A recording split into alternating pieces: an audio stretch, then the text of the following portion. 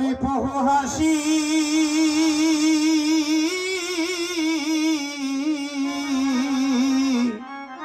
আরে অদ্বৈত মন দিরে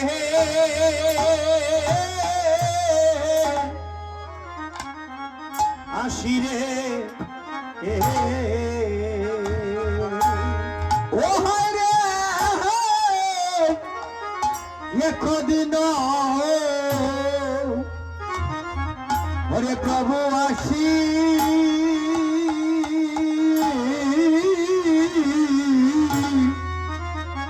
ওরে দিরে বসিরে বসিরে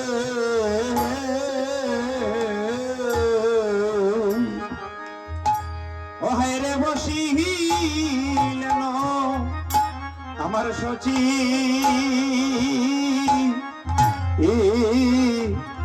সচির কো মা আর রে ও হায় রে বসিলেন সচি সচি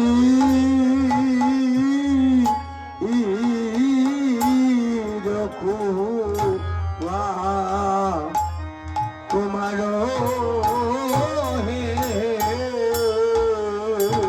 ওই আমার নিত্যানন্দ অগ করি সঙ্গে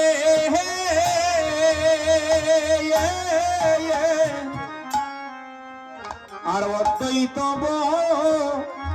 বসিলা রঙ্গে রে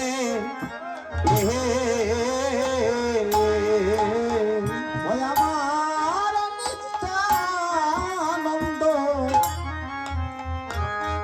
হরি সঙ্গে তাই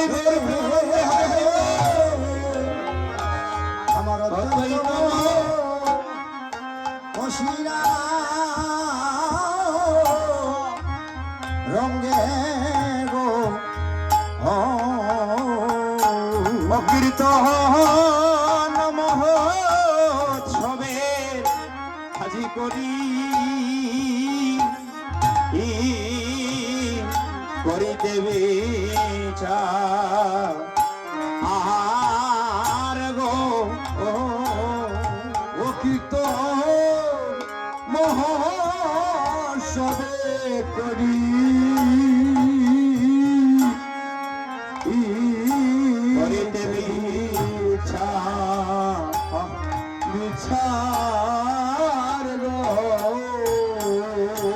অদ্বৈত প্রভু নিত্যানন্দ প্রভু আর শ্রী চৈতন্য মহাপ্রভু তিন প্রভু মিলে একত্রে বসেছেন কি জন্যে হরিনামের বিচার করবেন মহোৎসবের বিচার হবে কেমন করে জীবের কানে হরিনামকে মধুর করা যায় কেমন করে জীবের ঘরে ঘরে হরিনাম প্রচার করে দেওয়া যায় কেমন করে জগতের প্রতিটি কোনায় কোনায় হরিনাম বিলিয়ে দেওয়া যায় সেই ব্যবস্থা করবার জন্য বসেছেন ওদিকে অদ্বৈত গরণে সীতা দেবী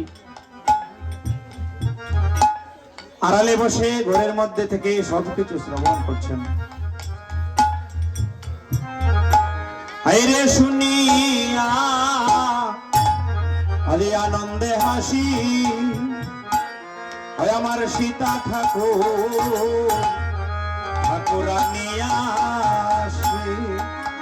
শুনিয়া আনন্দে আসি আরে সীতা ঠাকুর আমি আসি কহিলেন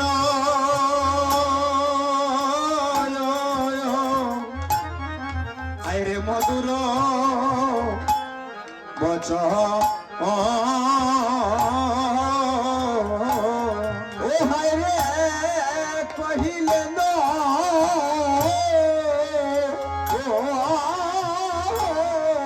মধুর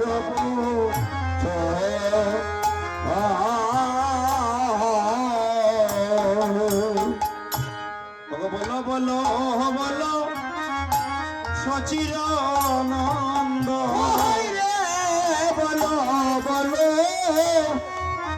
সচিরানন্দ, তুমি বলো বলো বলো আমার সচিনন্দ, তুমি বলো বলো বলো আমার সচিরানন্দ, কিসে যাবে জীবে, হরি বল হরি বল, জীবের ভববন্ধ,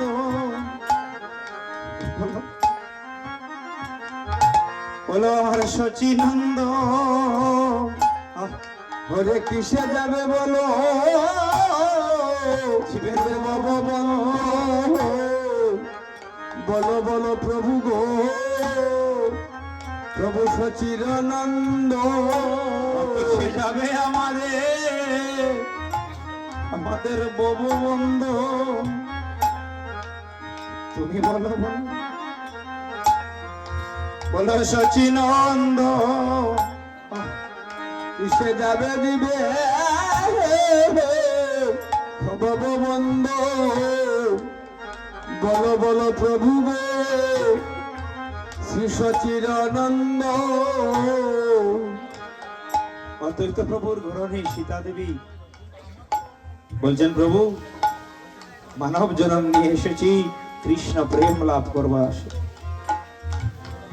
এই সীতা দেবী ছিলেন ভগবতী দুর্গা দেবী। কৃষ্ণ যখন গোষ্ঠোপচারণে যেতেন, দেবী ভগবতী এসে 10 হাতে কানাইয়াকে কীট স্বর্ণবনী খাওয়াতেন, বলতেন গোপাল একবার শুধু আমায় মা বলে ডাক, তোর যত ক্ষীর স্বর্ণনি চাই আমি তোকে দেব, আমার 10 হাতে তুই ক্ষীর স্বর্ণবনী খাবি, একবার শুধু মা বলে ডাক। হরি বল হরি বল। সেদিন গোবিন্দ বলেছিলেন, আমি তো আজ তোমায় মা বলতে পারবো না, কারণ ওই নন্দ রাজা আর যশোমতী 1000 বছরের তপস্যার ফলে তারাই আমায় পুত্র রূপে লাভ করেছে। তাই শুধু ক্ষীর স্বর্ণবনী দিয়ে তো আমায় তুমি মা বলাতে পারবে না। তুমি যাও, আসন্ন কলিযুগে যেদিন তুমি অদ্বৈতের গরণী হয়ে যাবে, সেদিন তোমায় মা বলবো, সেদিন তোমার বাড়িতে কৃষ্ণ প্রেমের বন্যা বয়ে যাবে। হরি বল হরি বল। মা সেদিন তোমায় মা বলবো। তাই অদ্বৈতের ঘরণে গিয়ে দেখি মহাপ্রভু বলছেন, মা তুমি আমাদের নামে সাহায্য করবে। আমরা 3 জন মিলে যুক্তি করছি কেমন করে মহোৎসব করা যায়। তুমি স্বেচ্ছায় এসেছো, আমার বড় আনন্দ হচ্ছে। এমন মহতি যজ্ঞ অনুষ্ঠানে কেউ যদি নিজে থেকে সহায়তা করতে চায়, বাবা এর চাইতে বড় আনন্দ কিছু হতে পারে না।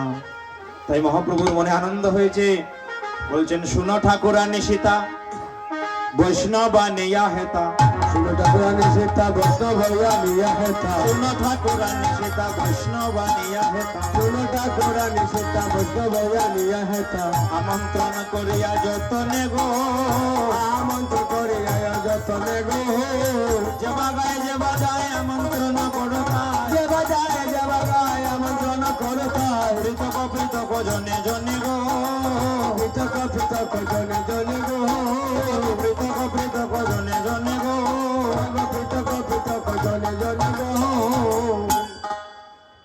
মহাপ্রভু এখন যে কথাগুলো বলবেন ভক্তবৃন্দ মন দিয়ে শুনবেন। এটাই হচ্ছে মহোৎসবের বিধান। এই যে মহোৎসব হচ্ছে, অনেকে আমরা বলতে পারি না এখানে কি যে কিসের জন্য আছে, জিজ্ঞেস করলে বলতে পারি না।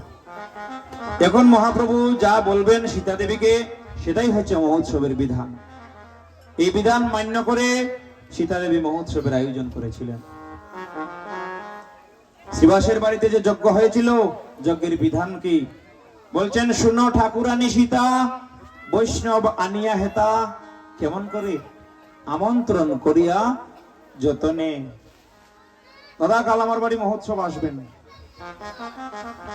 এটা কি আমন্ত্রণ হলো? আমার মহাপ্রভু বললেন, গলে বস্ত্র নিয়ে গলবস্ত্র হয়ে ভক্ত বৈষ্ণবের বাড়িতে বাড়িতে গিয়ে নেমন্তন্ন দিতে হবে। বলতে হবে, ওহে ভক্তগণ, ওহে বৈষ্ণবগণ, আজ এত ভক্ত বৈষ্ণব না হলে হরিনামের যজ্ঞ কিছুতেই হতো না।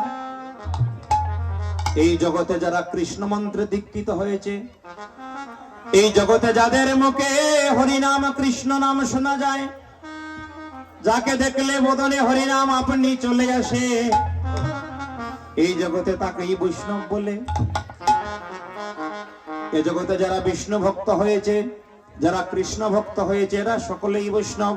সীতা দেবীকে বলছেন, ও সীতে, সকল ভক্ত বৈষ্ণবের বাড়িতে বাড়িতে যাবে, গিয়ে গলবস্ত্র হয়ে নিমন্ত্রণ নিবেদন কাতর স্বরে নিবেদন করবে।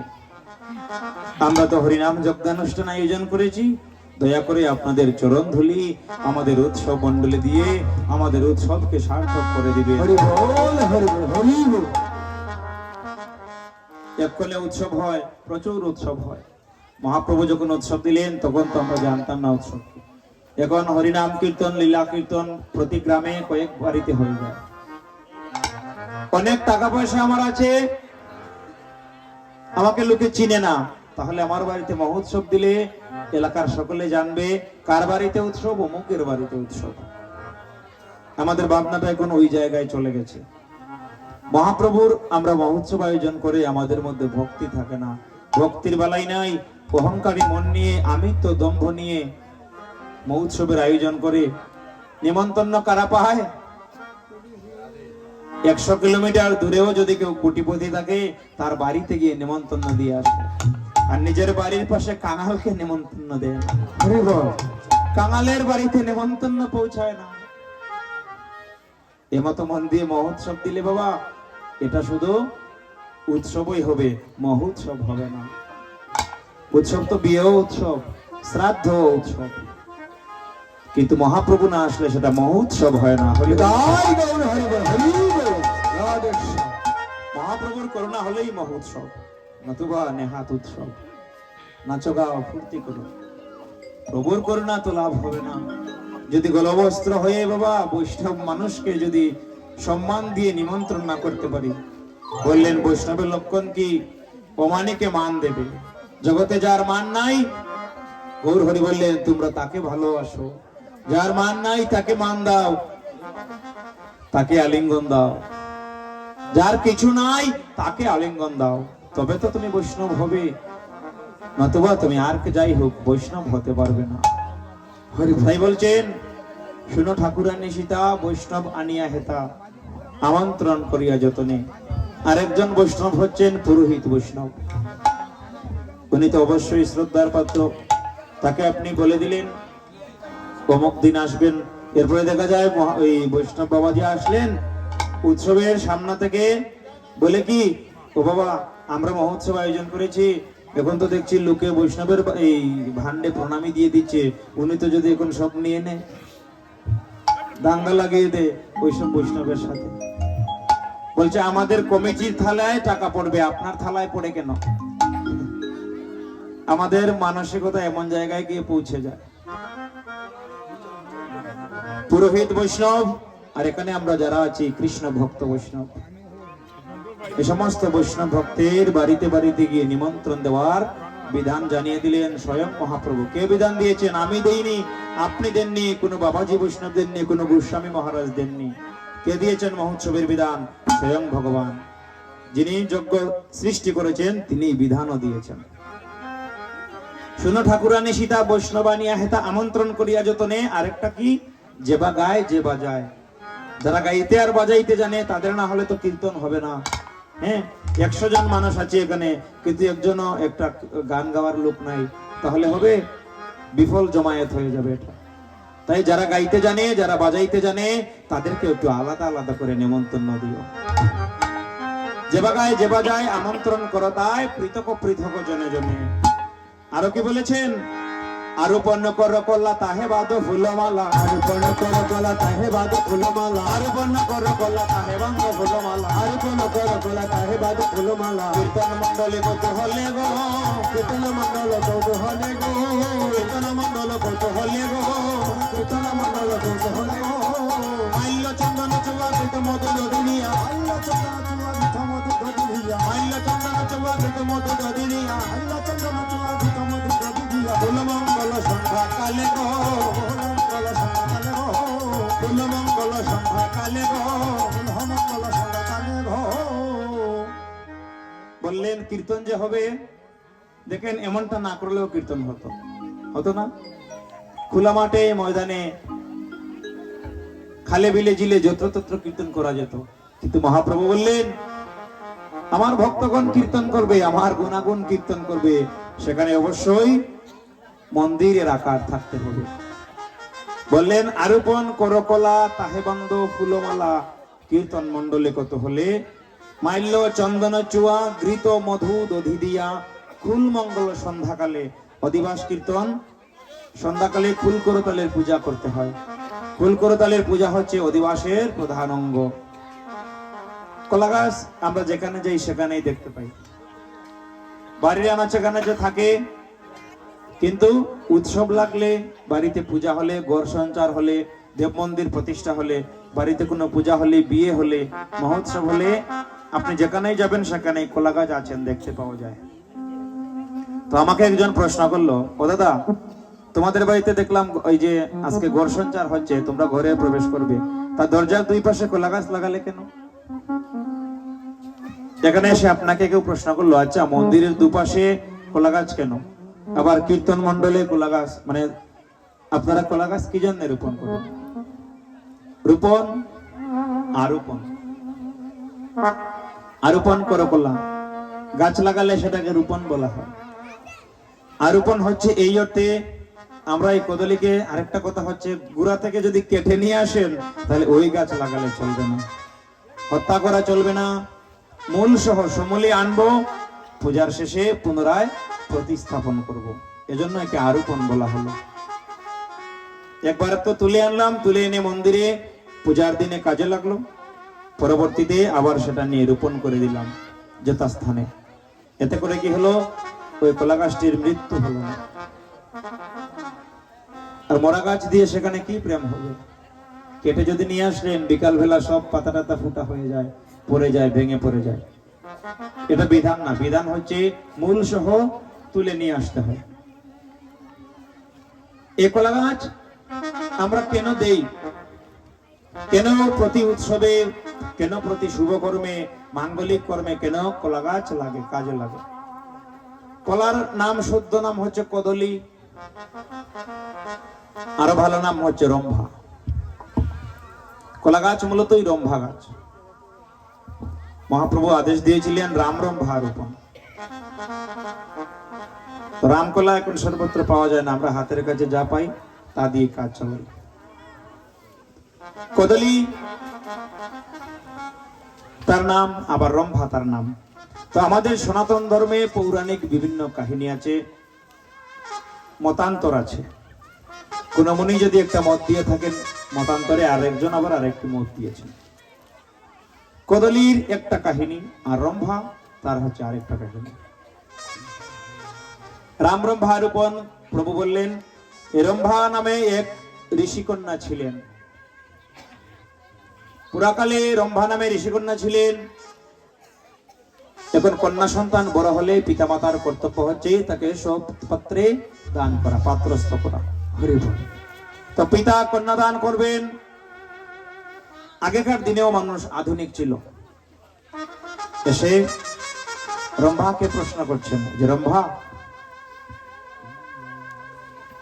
তোমার বিবাহের বয়স হয়েছে, আমারও বয়স দিনে দিনে বাড়ছে, আমি কর্তব্য থেকে মুক্তি চাই, এখন আমার উচিত এখন তোমাকে পাত্রস্থ করা, তুমি কি বলো? তো রম্ভা বলে দিল যে পাত্রস্থ যদি করতেই হয় তাহলে উদ্লক মুনিকে আমার স্বামী হিসাবে এনে দিন। আমার ওনাকে বেশ পছন্দ, আমি মনে মনে ওনাকে প্রতিরূপে বরণ করে নিয়েছি। কিন্তু উদ্লক মুনি ছিলেন মারাত্মক রাগী, ক্রোধী। রম্ভার পিতা যখন তার কাছে সম্বন্ধ নিয়ে গেলেন, তিনি বললেন আমি তো জানো কেমন লোক, তোমার কন্যা যদি আমার সংসার করতে পারে, সে যদি সবসময় আমার কথা মতো চলে, তবেই আমি তাকে তার পানি গ্রহণ করতে পারি। তো যেহেতু রম্ভার তাকে পছন্দ হয়েছে, সে সমস্ত মেনে নিয়েছে। মেনে নিয়ে উদ্লকের পত্নী হয়ে গিয়েছে। বেশ কিছুদিন চলছে ভালোই ভালোই। একদিন উদ্লকের গুরুদেব এসেছেন। গুরুদেব এসেছেন। উদ্লক রম্ভাকে বলছে, রম্ভা গুরুদেব এসেছেন, যাও গুরুদেবের পদসেবা করো। গুরুদেব বাড়িতে আসলে আগে কি করতে হয়? চরণ ধৌত করতে হয়। তো গুরুদেবের চরণ ধুয়ে দিতে হয়, ধুয়ে মুছে দিতে হয়, চরণ বন্দনা করতে হয়। কিন্তু রম্ভা বললেন সেদিন যে এই স্বামী স্ত্রী, স্ত্রী হচ্ছে স্বামীর অর্ধাঙ্গিনী, অর্ধাঙ্গিনী আবার হচ্ছে সহধর্মিনী। ধর্মকর্মে যে স্ত্রী তার স্বামীকে সাহায্য করে তাকে বলা হয় সহধর্মিনী। স্ত্রী সকলেই হতে পারে, জন্মমাত্রই স্ত্রী, জন্মমাত্রই পুরুষ, জন্মমাত্রই স্ত্রী, কিন্তু সহধর্মিনী হতে গেলে যোগ্যতা প্রয়োজন। স্বামীকে ধর্মপথে চালনা করতে গেলে, স্বামীকে সৎপথে চালনা করতে গেলে ক্ষমতা লাগে, সহধর্মিনী হতে হয়। তো সে বলল দুজনে একসঙ্গে গুরুদেবের চরণ সেবা করব, তার আগে আমি একটু গুরুদেবের জল খাবারের ব্যবস্থা করি, চরণ সেবা করেই যেন জল খাবারটা দিয়ে দিতে পারি। উদ্লকের খুব রাগ হলো যে তুমি আমার স্ত্রী নাকি ভিন্ন কিছু, তুমি আমার কথা অবাধ্য কেন হলে? আমি তোমাকে বললাম গুরুদেবের পদসেবা করতে, আর তুমি এখানে ঠায় দাঁড়িয়ে আছো। যাও, আমি তোমাকে অভিসম্পাত করছি, তুমি আমার বাক্য পালন করলে না, জায়গায় দাঁড়িয়ে থাকলে যাও বৃক্ষ হয়ে জন্ম নাও। হরি বল, হরি বল। তো ব্রাহ্মণের মহতের অভিশাপ দিলে যেমন লাগে, আশীর্বাদ করলেও তেমনি লাগে। ব্রহ্মা দেখলেন আর তো উপায় নাই, অভিসম্পাত যখন হয়ে গেছে মাথা পেতে নেওয়া ছাড়া আর নিস্তার নাই। বলছেন আমায় তো অভিসম্পাত করলে, অভিসম্পাত যখন করলে তবে বলছি আমায় আশীর্বাদ দাও। আমায় তো তুমি দণ্ডিত করলে, তবে এবার আশীর্বাদ চাইছি, আশীর্বাদ দাও। যদি আমার বৃক্ষকুলেও জন্ম হয়, আমি ইহজন্মে তো আমার গুরু সেবা করতে পারলাম না, ওই বৃক্ষকুলে জন্ম নিয়েও যেন আমি গোবিন্দ সেবায় লাগতে পারি। আমাকে তুমি এমন এক বৃক্ষকুলে জন্ম দাও, যে বৃক্ষকুলে জন্ম নিলে আমি জন্মাবধি গোবিন্দ সেবায় লাগবো। আমায় যদি এই আশীর্বাদ দাও, তবে আমার মনে কোনো দুঃখ থাকবে না, তোমার অভিসম্পাদ আমি মাথা পেতে নিব। বললেন তথাস্তু, যাও যাও রম্ভা, তুমি রম্ভা বৃক্ষ হয়েই জন্মাবে, তোমার নাম থাকবে রম্ভা। কলা গাছ হলেন, নাম রম্ভা।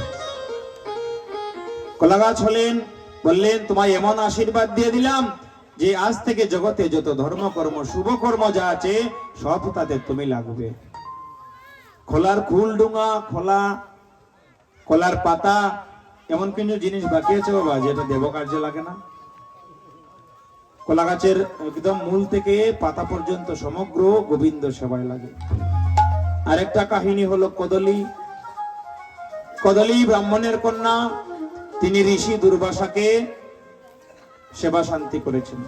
ঋষি দুর্বাসা তার সেবা শান্তিতে বা তাকে দেখে, ঋষি দুর্বাসা তো ঋষি, মুনি ঋষি, সংসার করেননি, কিন্তু সংসারী জীবকে দেখে একবার অভিলাষ হয়েছে সংসার করবেন। তো পছন্দ হয়েছে কদলীকে, কদলীর বাবার কাছে সম্বন্ধ দিয়েছেন, বলছেন তোমার মেয়েকে আমি পত্নী রূপে চাইছি, তুমি দিবে? সে এক বাক্যে না বলে দিল। বললো তোমার মতো মুনির ঘরে মেয়ে দিয়ে আমি মেয়ে মারবো? তুমি তো ক্রোধী, তুমি কখন কাকে অভিসম্পাত করে ভস্য করে দাও, তার কোনো ঠিক থাকে না। অজামিলের বাড়িতে গিয়েছিলেন তাকে পরীক্ষা করতে, একাদশীর পারণের দিন তিনি ইচ্ছা করে স্নানে গিয়ে দেরি করছেন। কেন দেরি করছেন? দেখি সে আমাকে ছাড়া পালন করে কিনা। ইচ্ছা করে লুকিয়ে বসে আছে।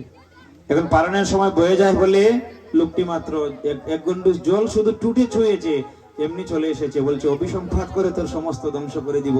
আমাকে ফেলে রেখে তুই পালন সেরে নিচ্ছিস, সামান্য সময় অপেক্ষা করতে পারিসনি।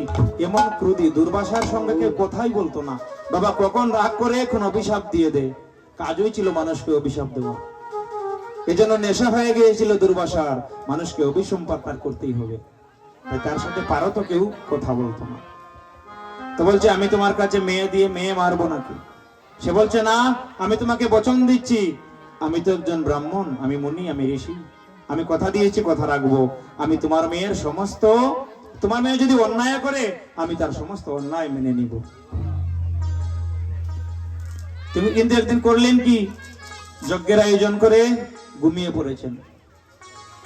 ঋষি দুর্বাসা যজ্ঞের আয়োজন করেছেন, আয়োজন করে ঘুমিয়ে পড়েছেন। এখন কদলী দেখলেন এদিকে বেলা বয়ে যায়। কদলীর নাম আবার আরেকটা তার পাড়াপড়শি দিয়েছিল কুন্দলী, সেও আবার কুন্দল স্বভাবের ছিল, লোকের সাথে কুন্দল করতো, ঝগড়া করতো। এজন্যই আরো পিতা বিয়ে দিতে চাইছিলেন না, বলছিলেন আমার মেয়েও ফল স্বভাব, তোমার ঘরে গিয়ে একদিনও টিকতে পারবে না। বলেছে আমি তোমার মেয়ের সমস্ত ফল স্বভাব মেনে নিব, একদম দস্তখত দিয়ে নিয়েছেন যাকে বলে।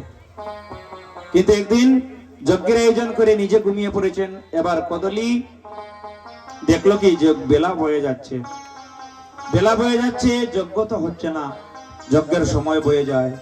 কদলী মনে মনে ভাবছে আমি কি উনাকে জাগাবো? যদি জাগাই তাহলে আবার রাগ করবে, বলবে আমার কাঁচা ঘুম ভেঙে দিয়েছো। আবার যদি না জাগাই তাহলে বলবে তুমি কেমন স্ত্রী, আমার যজ্ঞের বেলা বয়ে গেল, আমাকে তুমি ঘুম থেকে ডেকে তুলতে পারলে না। হরি বল। উভয় সংকটে পড়েছে, যেন শাখের করাত, এদিকে যেতেও কাটে, এদিকে আসতেও কাটে। তারপরে মনে করছে না ডেকেই দিব, যদি জিজ্ঞেস করে তাহলে বলবো যজ্ঞের বেলা যায়, অজুহাত একটা থাকবে। কিন্তু না যদি ডাকি তাহলে তো আমার উত্তর দেওয়ার কোনো রাস্তা থাকবে না। সে নিজেকে ন্যায়ের জায়গায় রেখেছে, রেখে দুর্বাসার ঘুম ভাঙিয়েছে। উঠেই একদম রক্তচক্ষু হয়ে, এ তোমার কেমন ধর্ম, এই তোমার প্রতি ধর্ম, তুমি আমার কাঁচা ঘুম ভেঙে দিলে, তুমি কেমন স্ত্রী আমার, যাও বাবা। বিপদ উল্টা আরো বেড়ে গেছে। ভালোর জন্য ডাকলো তো বিপদ হলো। তখন তিনি বলছে তোমার যজ্ঞের বেলা বয়ে যাচ্ছে, দিন গিয়ে রাত হয়ে যাচ্ছে, যজ্ঞ করবে কখন? সে বলছে আমি সিদ্ধ পুরুষ, আমি যখন খুশি আমার যজ্ঞ তুলে নিতে পারবো, হরি বল, হরি বল। যখন খুশি আমার যজ্ঞ করে নিতে পারবো। মূর্খ নারী ইত্যাদি ইত্যাদি বলে তাকে অভিসম্পাত করছে। বলছে তুমি, আমি তোমাকে অভিসম্পাত করলাম, তুমি এই মুহূর্তে ভস্ম হয়ে যাও। ছাই করে দিল, নিজের স্ত্রীকে মুহূর্তের মধ্যে ছাই করে দিল। সংবাদ পেয়ে তার বাবা কাঁদতে কাঁদতে এসেছেন, কদলী কদলী বলে ঋষি দুর্বাসাকে বলছেন আমার মেয়ে কোথায়? দুর্বাসা নির্বাক হয়েছেন, কারণ বচন দিয়েছিলেন, কথা রাখতে পারেননি। আমাদের জগতেও তো একটা কথা আছে যে এক মুহূর্তের ধৈর্য আপনাকে 10 বৎসরের বিপদ থেকে বাঁচিয়ে দিতে পারে। রাগ হয়েছে, কারো মাথা ফাটিয়ে দিয়েছেন, পুলিশ আপনাকে ধরে নিয়ে গেছে, বাবা 6 মাস 1 বছর জেল কাটতে হলো। কিন্তু ওই মুহূর্তে যদি ওই কাজটি করতেন না তাহলে এই অবস্থা আপনার হতো না। হরি বল, হরি বল। এই জন্য ধৈর্যের ফল মিষ্ট হয় কি আর এমনি এমনি বলে? ধৈর্যের ফল অবশ্য মিষ্টি হয়। তাকে বর্ষ করলো, নিজের স্ত্রীকে বর্ষ করলো। এবার শ্বশুরের কাছে আর বচন দেওয়ার মতো কিছু নাই, সবকিছু অকপটে স্বীকার করেছে যে এই হচ্ছে বিষয়। সে বলছে আমি অত শত জানি না, তুমি আমার মেয়ে ফিরিয়ে দাও। তখন তিনি বলেছিলেন তোমার মেয়ে আমি ফিরিয়ে দিতে পারবো না, তবে আমি এই বর্ষ থেকে একটি গাছ বা বৃক্ষ আমি তোমাকে ফিরিয়ে দিতে পারি। তবে বলছে ওখান থেকে তুমি যদি বৃক্ষই যদি দিতে হয়, আমার ছিল মেয়ে, তুমি তাকে বানিয়েছো বৃক্ষ, তুমি তাকে যদি বৃক্ষ জন্ম দিতে চাও তবে এমন বৃক্ষ করে দাও সে যেন জন্ম জন্মান্তরের জন্য গোবিন্দ সেবার কাজে। জয় গৌর হরি বল, হরি বল। রাধেশ্যাম। ওই কদলী থেকে কলা আর কলা গাছ আজকে আমাদের বাংলায় আসবে। পেছনের কথাগুলো অনেক লম্বা হয়, হুট করে কাউকে বলে দেওয়া যায় না যে কেন লাগে, কেন লাগে হুট করে বলে দেবার মতো না। এতটুকু বলা যায় যে কলা গাছ আমার ভগবানের আশীর্বাদ ধন্যা, আর ভগবানের যার উপরে আশীর্বাদ থাকে সে অবশ্যই সকল শুভ কার্যে থাকবে। তাই বলছেন আরোপণ করো কলা, আবার কলা গাছ লাগিয়ে বসে থাকবেন না, তাতে বান্ধব ফুলমালা, সুন্দর করে মালা কাটতে হয়। এখানে তো দেখছি 2-3টে মালা এনে জুড়ে দেওয়া হয়েছে। তাহে বান্ধব ফুলমালা, কীর্তন মন্ডলী কত হলো। আর ফুলমঙ্গলের কথা তো বললাম, সন্ধ্যাবেলা অধিবাসের প্রধান কর্তব্য হচ্ছে যন্ত্রপাতি কুল মঙ্গল করা, কুল করতালের পূজা করতে হয়। এই যে আমাদের মৃদঙ্গ, এই মৃদঙ্গ কোনো সাধারণ জিনিস তো নয় বাবা। এই মৃদঙ্গ আমার মহাপ্রভু এনে দিয়েছেন প্রসাদী করে, আমরা যেন এই নিয়ে হরিনাম সংকীর্তন করতে পারি। তারপরে আরো কিছু বাকি রয়েছে। এত বলে গৌর রায় আজ্ঞা দিলা সবা খায়, এত বলি গৌর রায় আজ্ঞা দিলা সবা খায়, এত বলে গৌর রায় আজ্ঞা দিলা সবা খায়, এত বলি গৌর রায় আজ্ঞা দিলা সবা খায়। বৈষ্ণব কর হয় আমন্ত্রণ, বৈষ্ণব করে আমন্ত্রণ, বৈষ্ণব কর হয় আমন্ত্রণ, বৈষ্ণব করে আমন্ত্রণ,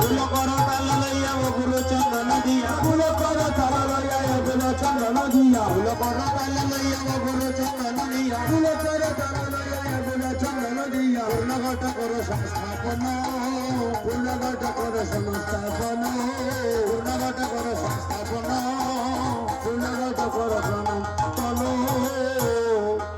এক জায়গায় কীর্তনে গিয়েছি, সেখানে গিয়ে দেখি কি যখন ঘট ভরতে হবে, রাত্রি প্রায় 8টা হয়ে গেছে, তো ঘট ভরতে হবে, ওই বাড়িরই একজন আবার বলছে, একজন ফুল করতাল খুঁজছে, লোকজন খুঁজছে যে বাজিয়ে বাজিয়ে নাম গেয়ে ঘট ভরে আনতে হবে।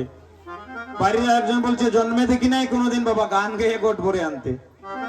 হ্যাঁ, তোমাদের কাছে এসে নতুন দেখলাম, আমি তো কোনোদিন কাউকে গান গেয়ে গিয়ে ঘট ভরতে দেখিনি। মূলত ওই লোক না জানে মহোৎসবের কিছু, ওই লোক না কোনোদিন মহোৎসবে গিয়েছে, গেলেও তত্ত্বটা না জেনেছে। মহাপ্রভু বিধানে বলে দিলেন, খুলো করতাল লইয়া অগুরু চন্দন দিয়া পূর্ণঘট কর সংস্থাপন।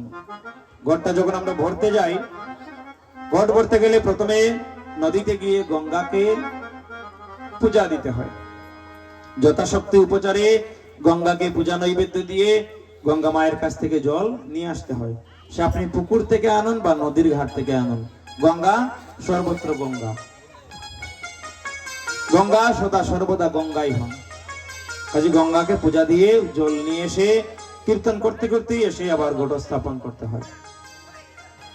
পূর্ণঘট কর সংস্থাপন। এত বলি গৌর রায় আজ্ঞা দিলা সবাকায়, সকলকে আজ্ঞা দিলেন আজ্ঞা পালন করো। বৈষ্ণব করো হা মন্ত্রণ, কুল করো তাল লইয়া অগুরু চন্দন দিয়া পূর্ণঘট কর সংস্থাপন। সীতা দেবী মহা আনন্দে সমস্ত জোগাড় করছেন। শুনিয়া প্রভুর কথা পৃথিবীধি কইলা যথা, প্রভুর কথা প্রতিবিধি কইলা যথা, শুনিয়া প্রভুর কথা পৃথিবীধি কইলা যথা, শুনিয়া প্রভুর কথা প্রতিবিধি কইলা যথা, নানা উপহার বন্দে বাসে গো, নানা বন্দে বাসে গো, নানা উপহার বন্দে বাসে গো, নানা উপহার বন্দে বাসে গো, সবে হরি হরি বলে ফুল মঙ্গল করে, সবে হরি হরি বলে ফুল মঙ্গল করে, সবে হরি হরি বলে ফুল মঙ্গল করে, সবে হরি হরি বলে ফুল মঙ্গল করে, পরমেশ্বর আসুর সে বাসে গো, পরমেশ্বর বাসে গো, পরমেশ্বর আসুর সে বাসে গো, পরমেশ্বর আসুর সে বাসে গো। শুনিয়া প্রভুর কথা পৃথিবীধি কইলা যথা, নানান উপহার গন্ধে বাসে, মানে আয়োজন করে ফেলছেন আমার সীতা দেবী। আর ভক্তগণের কাজ হচ্ছে শুধু কীর্তনে এসে হরির ধ্বনি করা, আমার গৌর হরির, আমার দয়াল হরির, কৃষ্ণচন্দ্রের নাম গুণাগুণ কীর্তন জয়ধ্বনি করা। সবে হরি হরি বলে খুলমঙ্গল করে পদকর্তা পরমেশ্বর দাস রসে বাসে।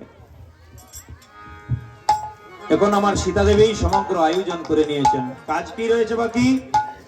কাজ হচ্ছে যেটা বাকি সেটা হচ্ছে বৈষ্ণব নিমন্ত্রণ করা। আজ নানান দ্রব্য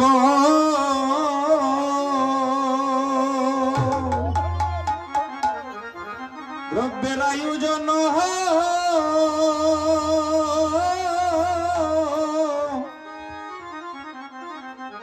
করি করে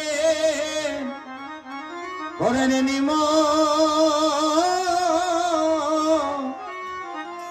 নিমন্ত্রণ গো,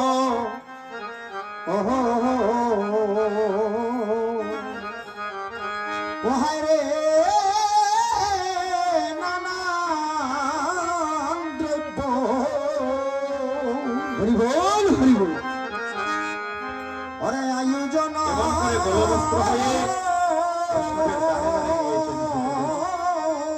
বৈষ্ণবের দ্বারে দ্বারে গিয়েছেন আমন্ত্রণ নিমন্ত্রণ দেওয়ার জন্য। আরে করি করে নিমন্ত্রণ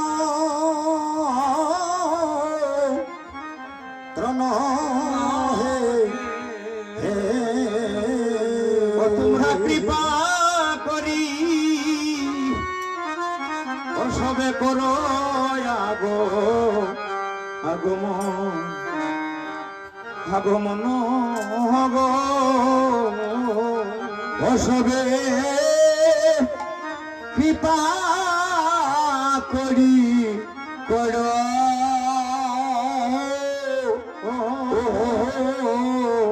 আগম মোহন গো। তোমরা বৈষ্ণব গণ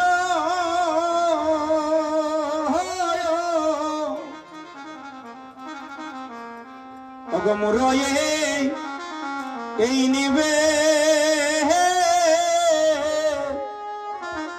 নিবেদন গো ও ওরে তোমরা ওরে বৈষ্ণব গণ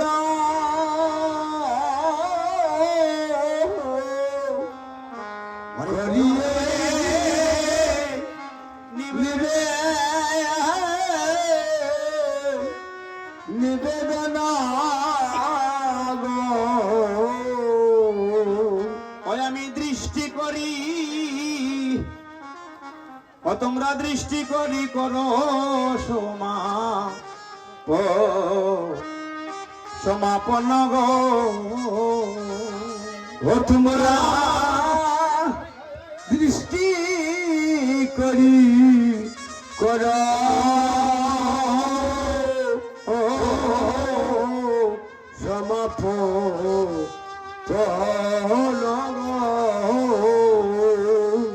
করিয়ে তো নিবেদন আনিলাম হন্তগণ কীর্তনেরও করেন অধিবাস করে না দিবা চৌদিকে বৈষ্ণবগণে হরি বলে গনে গনে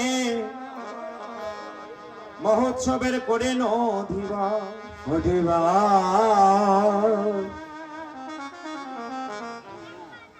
আগামীকালকে এখানে এক দিবা এক নিশি ভগবানের নাম সংকীর্তন হবে তাই তো মহাজন বলছেন ও ভাই রে শ্রীকৃষ্ণের ওই নাম গান আর করিবে ন হাই রে আস্বাদন শ্রীকৃষ্ণের হরে নাম হরি হরি অসবে করিবে ন আস্বাদন আস্বাদন তোদের পুরিবে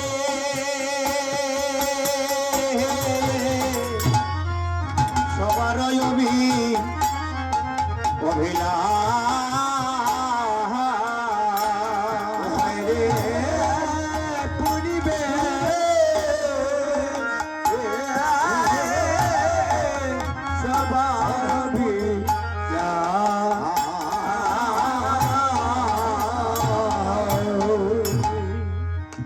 শ্রীকৃষ্ণ চৈতন্য চন্দ্র সকল ভগত বৃন্দ গুণ গায় বৃন্দাবন রাম রাম ভায়ারোপণ পূর্ণগত সংস্থাপন রাম রাম ভায়ারোপণ পূর্ণগত সংস্থাপন রাম রাম ভায়ারোপণ পূর্ণগত সংস্থাপন রাম রাম ভায়ারোপণ পূর্ণগত সংস্থাপন আমরা পল্লব সারি সারি আমরা পল্লব সারি সারি আমরা পল্লব সারি সারি আমরা পল্লব সারি সারি নিজ বেদ ধ্বনি করে নারী বন্যে জয় পারে হরি বল ধ্বনি করে নারী বন্যে জয় করে নিজ বেদ ধ্বনি করে নারী বন্যে জয় পারে ধ্বনি করে নারী বন্যে জয় করে আর সবে বলে হরি হরি আর সবে বলে হরি হরি আর সবে বলে হরি হরি আর সবে বলে হরি হরি হরি বল হরি বল হরি বল হরি বল হরি বল হরি বল হরি বল হরি বল অধিবাসের মঙ্গল হরি বল হরি বল অধিবাসের মঙ্গল হরি বল হরি বল হরি বল হরি বল হরি বল হরি বল হরি বল হরি বল হরি বল হরি বল দ্বিজ বেদ ধ্বনি করে নারীগণ জয়কারে আর সবে বললে হরি হরি আমার মহাপ্রভুর মহোৎসবে কেউ বাকি নাই মহাজন বললেন এমন গৌরাঙ্গ বিনে নাই আর রে এমন গৌরাঙ্গ বিনে নাই আর ব্রাহ্মণে চণ্ডালে করে কুলাকুলি কবে বা ছিল এই রঙ্গ এক পার্টিতে বসেছে ব্রাহ্মণ চণ্ডাল সকলে একজন আরেকজনকে আলিঙ্গন করছে সঙ্গ করছে মহাজন বললেন এমন রঙ্গ জগতে এর আগে আর কেউ দেখেনি আমার গৌর হরি এই চাঁদের বাজার তৈরি করে দিয়েছে ব্রাহ্মণগণ দায়িত্ব পালন করছেন বেদধ্বনি করছেন মন্ত্র উচ্চারণ করছেন অধিবাসের সময়ে মায়েরা উলুধ্বনি করছেন আমার বাবারা হরিধ্বনি করছে আর আমার মহাপ্রভুর মহোৎসবের অধিবাস হচ্ছে অধিবাস মানে কি আদিবাস থেকে হয়েছে অধিবাস আগামীকালকে এক দিবা এক নিশি এখানে অনুষ্ঠান হবে হরিনাম সংকীর্তন আজকে যে আমরা এখানে বাস করছি কিসের জন্য? অনুষ্ঠানটা আগামীকাল, আর আজকের রজনীটা আগামীর জন্য কি আদি হয়ে যাবে না? যখন রাত পোহাবে আজকের দিনটা গত হয়ে যাবে, আদি হয়ে যাবে। এই যে আদিকালীন বাস, এই যে উপচার, এই যে আচার, এই আচারটাই হচ্ছে অধিবাস। আগামীকাল মহোৎসব হবে, আর মহোৎসবের আগের দিনের যে কার্যাবলী তাকেই মহাপ্রভু বলেছেন অধিবাস মঙ্গল। হরি বল। তাই গৌর হরি বল, হরি বল। এই অধিবাস সময়ে যে যত পারো আমার গৌর হরি নাম গুণাগুণ কীর্তন করো। ব্রাহ্মণগণ বেদধ্বনি করছেন, ওম তৎসৎ, ওম তৎসৎ, ওম তৎসৎ। ওম স্বস্তি ন ইন্দ্র বৃদ্ধশ্রবা, স্বস্তি ন পূষা বিশ্ববেদা, স্বস্তি ন স্ত্রৈক অরিষ্টনেমি, স্বস্তি ন বৃহস্পতি দদাতু। ওম স্বস্তি, ওম স্বস্তি, ওম স্বস্তি। ওম শঙ্খচক্রধরং বিষ্ণুং দ্বিভুজং পিতবাসসং, প্রারম্ভে কর্মণা বিপ্র পুণ্ডরীক শরধ্বনিম। ওম পূর্ণমদ পূর্ণমিদং পূর্ণাৎ পূর্ণমুদচ্যতে, পূর্ণস্য পূর্ণমাদায় পূর্ণমেবাবশিষ্যতে। ওম শান্তি, ওম শান্তি, ওম শান্তি। দ্বিজ বেদ ধ্বনি করে নারীগণ জয় করে, দ্বিজ বেদ ধ্বনি করে নারীগণ জয় করে, দ্বিজ বেদ ধ্বনি করে নারীগণ জয় করে, দ্বিজ বেদ ধ্বনি করে নারীগণ জয় করে। আর সবে বলে হরি হরি, আর সবে বলে হরি হরি, আর সবে বলে হরি হরি, আর সবে বলে হরি হরি। অধিবাসের মঙ্গল। মহাপ্রভু তার সংকীর্তনের শুভ শুভ মহা অধিবাস দধিকৃত সুমঙ্গল করে করে উথরল, দধিকৃত সুমঙ্গল করে করে উথরল। ভরতবানন্দ বরতা, ভরতবানন্দ বরতা,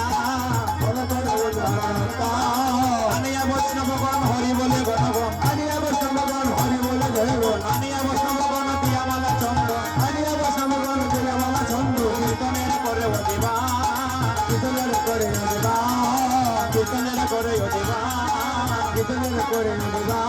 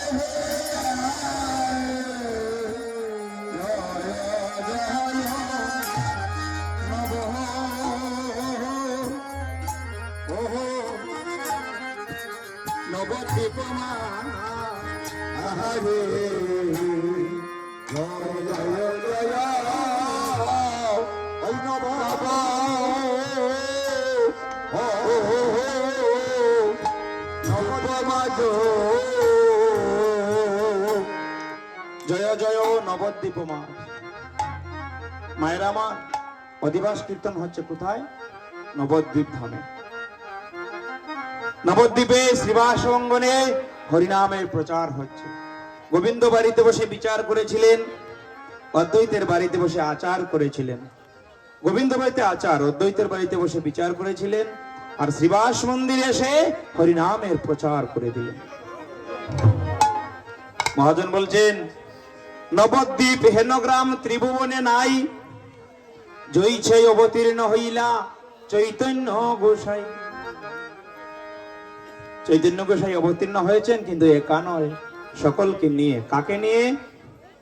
ওরে তারা সবাই নদে আসিল, ওগো তারা সবাই নদে আসিল, আমার গোবিন্দ লইয়া নাচিয়াছিল, তারা সবাই নদে আসিল, ওরে গোবিন্দ লইয়া নাচিয়াছিল, তারা সবাই নদে আসিল, তারা সবাই নদে আসিল, তারা সবাই নদে আসিল, তারা রাসমণ্ডলে নাচিয়াছিল, তারা সবে নদে আসিল, রাসমণ্ডলে তারা দিল, তারা সবাই নদে আসিল, যারা রাসমণ্ডলে নাচিয়াছিল, তারা সবাই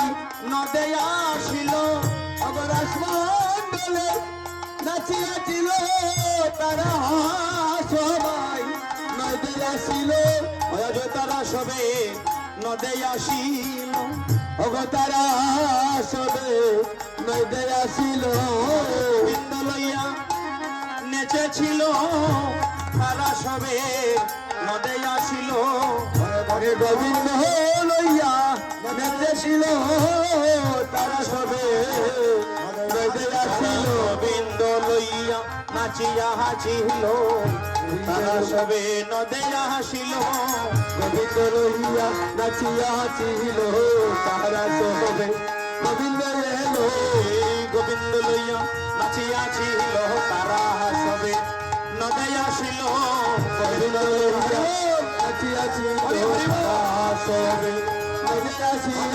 রাসমণ্ডলে নাচিয়া ছিল, তারা সবে